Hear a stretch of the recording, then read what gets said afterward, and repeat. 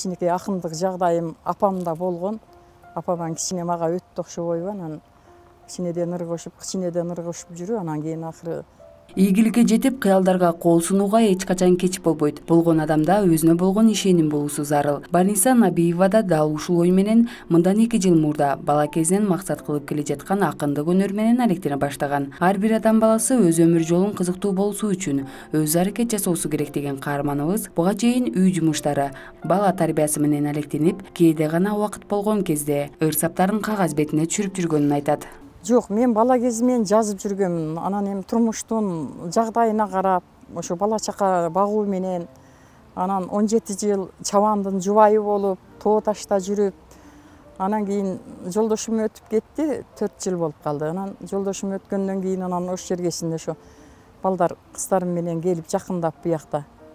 Анан кийин ошо катырып, колум бошогондо анан жаза баштадым. Барниса айым учурда Ош шаарындагы Ош кайрык өнөрчүлөр тобунун мүчөсү. Айтымында анын бул топко мүчө болуп келүүсүнө кызынын курбулары себепчи болуп, ага колдоо көрсөтүшкөн. Ош кайрык өнөрчүлөр тобуна кошулгандан тарта көптөгөн акындар менен таанышып, түрдүү иш-чараларга катышып келе жаткан каарманыбыз ыр жыйнактарын китеп кылып чыгарууга да жетишкен. Китеп чыгарсам, мен жашым улгайган үчүн балдарыма мен ошондой деп ойлоп жүрө бериптирмин. Мен эми архив кылып эле балдарыма чыгарып койсом дегендейчи.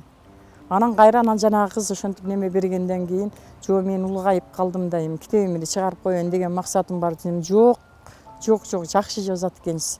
Неме кылыңыз, акындарга, канча жашында эл жазуучусу, эл наамын алгандар бар. Сиз азыр эле онтип немеңизди таштаба дешти. Анан кийин кайра чындап колдон келген ишти аздектеп кетиш оңой эле экен деп калдым да. Азыр эми илхам келсе бир күндө 3 ырды деле жазып кое берем. 2 ырды деле жазып кое берем, баягы темасында немеме туура келсе. Анан ошон үчүн китебимди ошо 2 жыл аралыгында чыгарып койдум. Автор катары каарманыбыз китепти өмүрдүн өр жолунда деп атоону туура көргөн. Себеби ырларынын көпчүлүгү өмүрдүн оор жеңилдиктери тууралуу жазылган.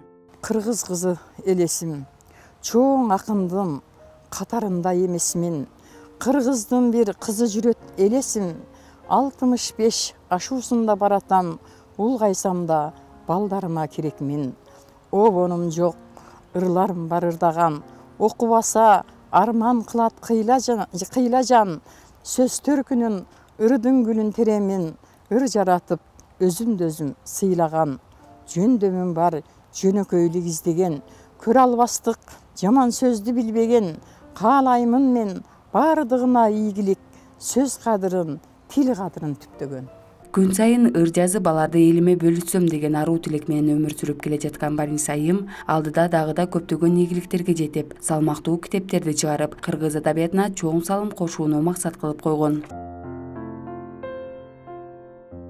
Акмарал Маликова, Самат Сайдаматулу, Арутан көрсөтүүсү.